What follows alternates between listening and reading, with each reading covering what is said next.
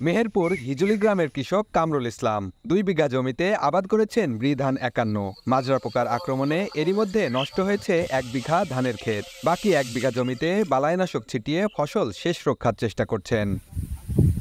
শুধু কামরুল নয়, জেলার আরও অনেক কৃষকের আমন ধান মাজরা পোকা, কারেন্ট পোকায় আক্রান্ত হয়েছে।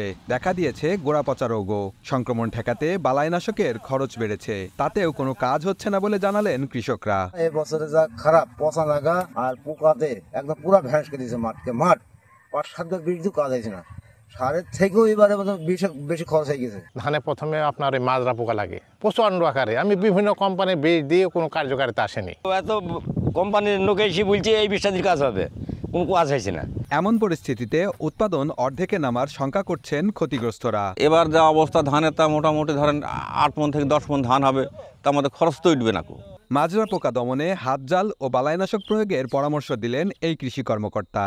নির্দেশিত ওষুধ আছে, সেইগুলো যদি তারা ব্যবহার করে এবং মাত্রা অনুযায়ী যদি তারা পরপর ৭ দিন বা ১০ দিন পর দুবে ব্যবহার করে, তাহলে এই মাজরা পোকা দমন হয়ে যাবে।